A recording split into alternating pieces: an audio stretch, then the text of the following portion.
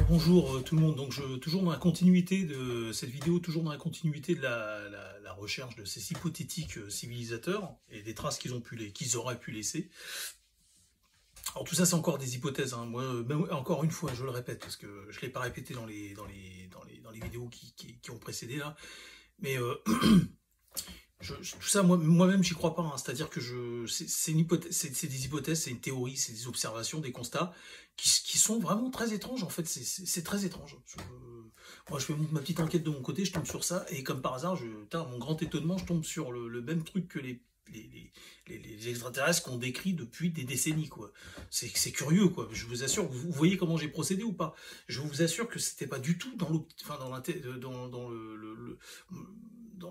mon intention d'arriver à faire un schéma comme ça. C'était pas du tout ça. En procédant par élimination, je m'aperçois qu'en fait, si on a croisé des trois grands singes, oui, cette idée de trois grands singes, vous avez déjà entendu ça nulle part. Eh ben, si je veux imaginer avec quoi ils auraient pu te croiser, mais je tombe sur ça en fait, irrémédiablement en fait. C'est que nous on serait le fruit de ça et des trois grands singes en fait, et donc de ce truc-là, et ça donne quoi? Quelque chose qui ressemble étrangement en fait aux extraterrestres, aux êtres qui sont décrits depuis des décennies. C'est vraiment une drôle de coïncidence. Bon, bref. Pour en revenir aux religions monothéistes, voilà, si j'avais été une intelligence supérieure il y a 4000 ans ou il y a 5000 ans, l'endroit où j'aurais cherché comment expliquer ça, à développer, à diffuser par exemple une technologie, c'est le taillage de pierre par exemple, hein, ou une arme, ou n'importe quoi, une façon de faire à manger, ou une façon de penser, en fait, un code de conduite. J'aurais choisi le croissant fertile parce que c'est le carrefour en fait des trois grands continents entre comment on appelle ça, l'Europe, l'Asie, l'Asie mineure, enfin le Moyen-Orient, et puis comment on appelle ça, le Moyen-Orient et l'Asie, c'est le même continent, hein, et l'Afrique. Et donc, si on voulait que, comment ça se part tard, les eu, je suis en pyjama, on pourra pas m'accuser de vouloir monétiser mes vidéos, hein. Donc, si j'avais voulu diffuser quoi que ce soit, c'est à cet endroit-là que je l'aurais fait en fait. C'est à cet endroit-là que j'aurais distribué les informations. C'est encore une drôle de coïncidence. Alors, on peut l'expliquer, hein. On peut aussi se dire que, justement, comme l'humanité se rencontrait beaucoup à cet endroit-là, forcément, c'est à cet endroit-là qu'il y a eu un plus gros échange de connaissances et de partage. Donc, mais, enfin, j'arrive quand même à me dire que c'est quand même incroyable qu'à chaque fois le monothéisme est systématiquement né à cet endroit-là, quoi. Vous voyez ce que je veux dire? Les premiers bâtisseurs, il y a 12 000 ans, du côté de la Turquie. Alors la Turquie fait pas partie du croissant fertile, mais elle en est pas loin, il me semble qu'elle en est pas loin, hein, du croissant fertile. En tout cas, c'est toujours dans cette zone-là, en fait, hein, vraiment dans ce périmètre que tout se passe. Et la religion, il y a des très anciennes religions du côté de l'Inde aussi, hein, qui tout aussi vieilles, il y a 5000 ans, ils avaient déjà, mais ils étaient pas monothéistes, les hindous, enfin en tout cas pas que je sache, il y a peut-être eu une religion monothéiste chez les hindous, j'en ai pas connaissance. Ils ont eu tellement de religions, les hindous. Il est possible qu'une fois dans leur temps, une tribu en Inde ou une petite nation au sein de l'Inde ait idolâtré un seul dieu, c'est possible, moi j'en ai pas connaissance en tout cas, mais je dis pas que ça s'est pas fait. Toujours est-il que les Indiens ont toujours eu des religions aussi vieilles que les Sumériens, hein. Seulement eux ils étaient païens, et exclusivement païens à notre connaissance. Donc ce que je veux dire par là, c'est que ça aurait très bien pu se faire en Inde, hein, le monothéisme, hein. Pourquoi pas? Mais non, ça s'est pas fait en Inde, ça s'est fait toujours, le monothéisme a toujours été a toujours cette connexion dans le croissant fertile. Alors moi, je vous parle pas de la religion judéo-chrétienne qui est arrivée bien après, enfin, qui est arrivée après, hein. Moi, je vous parle vraiment de la source, hein, donc les Égyptiens avec, je sais plus c'est quel Égyptien, quel pharaon qui avait décrété ça, et ensuite les Sumériens, et ensuite les Juifs, en fait les Hébreux, donc 1, 2, 3, paf, c'est à cet endroit-là que ça s'est joué à chaque fois, qu'il y a eu tout le temps cette récalcitrance à cet endroit, c'est tout le temps à cet endroit que ça revient. Et le monothéisme, et ensuite ces paroles, enfin ces textes qui sont quand même assez nombreux, assez compliqués.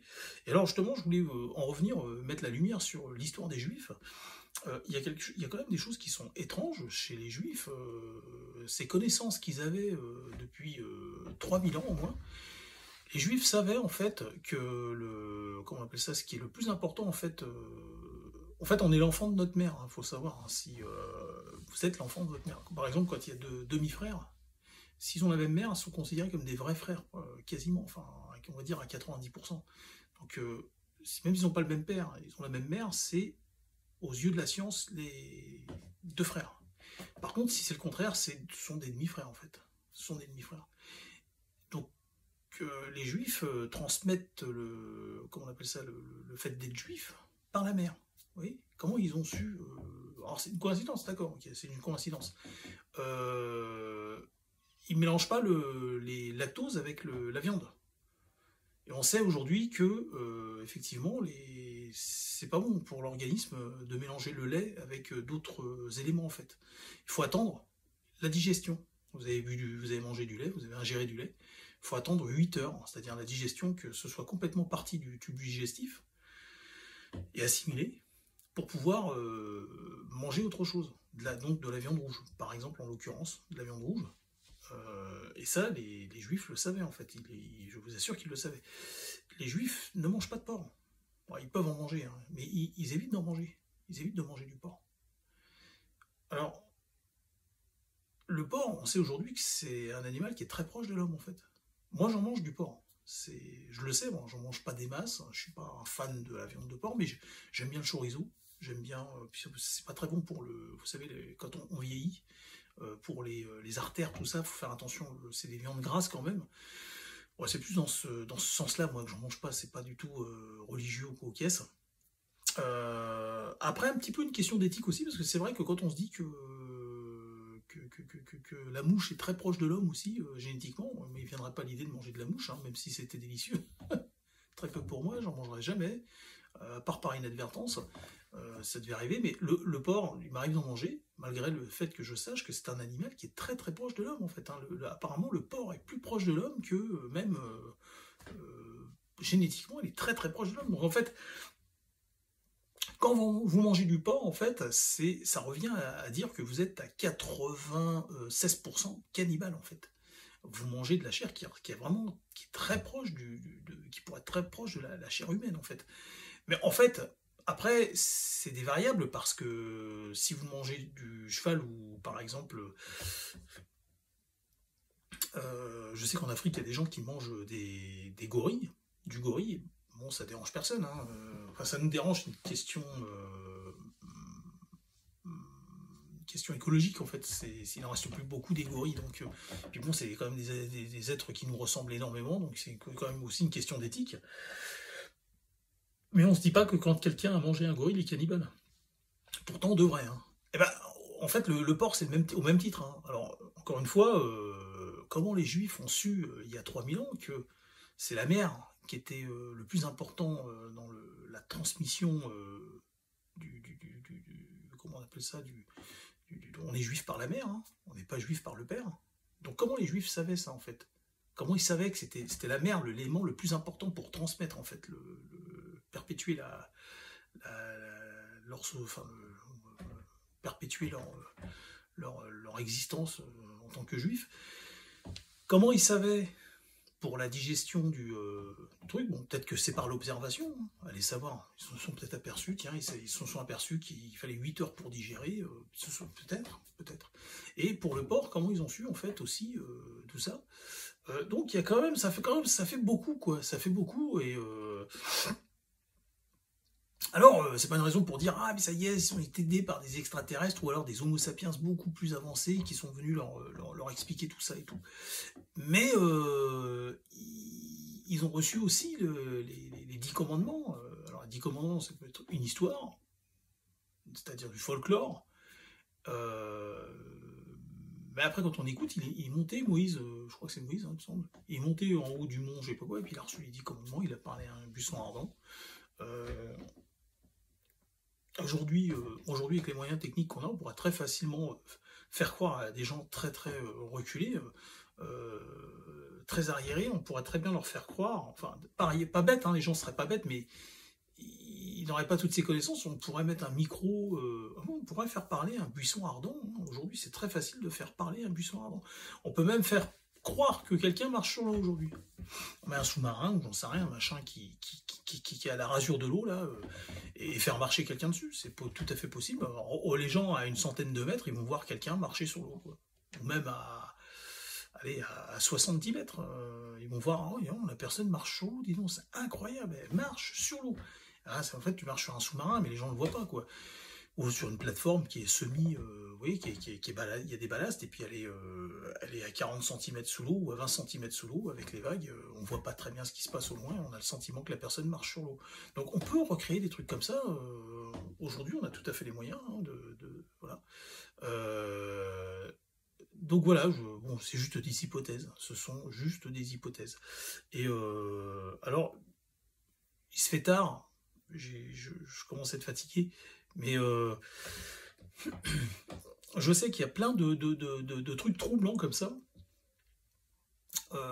qui pourraient laisser croire, penser qu'on a été créé par une civilisation plus avancée en fait que nous. Pourquoi pas, hein. Vous savez, en fait, en gros, c'est comme je disais, hein, la dernière fois, tant que ça reste, tant que c'est quelque chose qu'on connaît pas, ça reste du surnaturel. Et puis si demain il s'avérait qu'on croisait ces gens-là qui venaient nous dire, bah vous savez, en fait, on est là, quoi. Regardez, on est ici, on est vachement grand, c'est nous qui vous avons fait et tout, on serait choqué sur le début, puis au bout de 10 ans, on s'y ferait, puis ça deviendrait une banalité, on s'en foutrait complètement, quoi, comme de nos vrais parents, enfin on s'en fout pas de nos parents, mais je veux dire, on n'est pas c'est pas quelque chose, c'est pas un phénomène surnaturel, quoi. Ils nous ont créé, voilà, au final. Bon. Et bien, si on tombait si y a une civilisation plus avancée qui nous dirait qu'elle nous a créé, alors c'est vrai que si on apprenait qu'on avait été croisé avec des singes, ça serait quand même un coup dur. Hein. Ça serait quand même pas facile. Hein. C'est pour ça que je vous disais que ma théorie est un peu difficile à avaler, et je le comprends très bien. Même, encore une fois, moi j'insiste dans cette vidéo pour dire que même moi je n'y crois pas. Hein. C'est des observations qui sont incroyables. Moi, il faut toujours que je fouille partout, que je m'intéresse, j'essaie de décortiquer ce monde avant d'y passer, quoi. Je veux savoir, je veux savoir. Donc je mets l'œil partout, je pose l'œil, je me pose des questions, des fois outre mesure, et ça donne ce que je vous raconte en vidéo, quoi. Mais après, en même temps, c'est bien qu'on échange, qu'on parle. Chacun doit faire part de ses remarques, de ce qu'il a vu, de ce qu'il a remarqué. C'est comme ça qu'on avance. Hein. C'est intéressant. Je suis sûr que quelque part, sur Terre, il y a quelqu'un qui a remarqué quelque chose que personne d'autre n'a remarqué. Et c'est vraiment dommage et une perte pour nous qu'on n'en ait pas connaissance, en fait, que des gens puissent vivre avec ça et mourir avec des informations qu'ils pourraient partager, diffuser et enrichir le reste de l'humanité. Alors je ne sais pas si j'ai enrichi qui que ce soit, j'ai pas la prétention d'enrichir, en tout cas j'espère que j'ai pas appauvri les esprits, hein, c'est juste des remarques, des constats. C'est quand même étrange que les premières religions aient été diffusées pile poil dans l'endroit où il fallait que ce soit fait, quoi. C'est encore juste une coïncidence. C'est extraordinaire. Et voilà, quoi. Écoutez, moi j'en ai fini là pour aujourd'hui. Plus de vidéos. Je vais aller faire dodo, là. Je suis complètement claqué. Je vous remercie de m'avoir écouté. Et puis, n'hésitez pas à faire des commentaires pour qu'on puisse échanger là-dessus. Voilà. J'avais remarqué aussi un autre truc, c'est que je me suis dit à l'époque, si une civilisation avait vraiment déplacé tous ces blocs comme à Stone Age ou par exemple à Malte, ou un petit peu à travers le monde, et il y a forcément une capacité qu'on retrouve, vous savez, un volume, une capacité au niveau du poids, parce qu'une machine, en fait, elle est toujours bridée sur sa capacité, vous savez, ou en tout cas, il y a ce qu'on appelle des générations de machines, en fait. Donc, en admettant que ces gens-là aient existé, et qui s'est vraiment existé, les machines qu'ils avaient, en fait, avaient une capacité maximale, en fait, et après, qui se sont certainement améliorées avec les âges. Donc, on a certainement à une époque un certain tonnage qui a pu être déplacé, et après, à partir d'une autre époque, avec l'invention de la pelleteuse, par exemple, chez les humains, C'est un exemple que je vous donne, et puis après de la grue à tour, machin, tout ça. Donc après, une capacité qui augmente avec le temps, et donc théoriquement, on devrait avoir comme ça, sur une échelle de temps, à chaque fois, entrecoupé de capacités qui changent en fait, et qui augmentent. Vous voyez ce que je veux dire? On peut se transformer en inspecteur et découvrir en fait des choses cachées comme ça. En fait, c'est logique.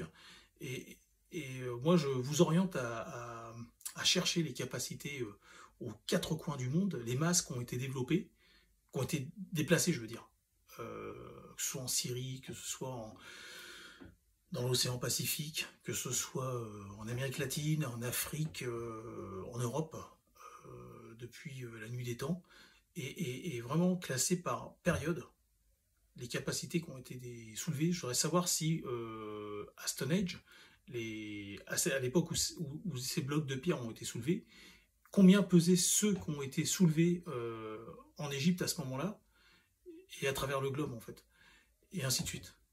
Et si vraiment il y a quelque chose qui est cohérent, et qu'on voit qu'il y a vraiment à chaque fois les mêmes capacités, les mêmes blocs, les mêmes charges qui ont été levées, ça voudra dire qu'il y a quelque chose en fait. Où est-ce que je veux dire? Ou pas, hein? Parce qu'il n'y a pas 100 hommes d'un côté, 10 hommes d'un côté, enfin bref, qui ont pu déplacer. C'est forcément toujours la même. À l'île de Pâques, par exemple, c'est forcément une machine qui est derrière tout ça, quoi. Alors excusez-moi, moi j'y vais, je vous dis à bientôt. Ciao, et merci de vous intéresser à mes vidéos. À bientôt.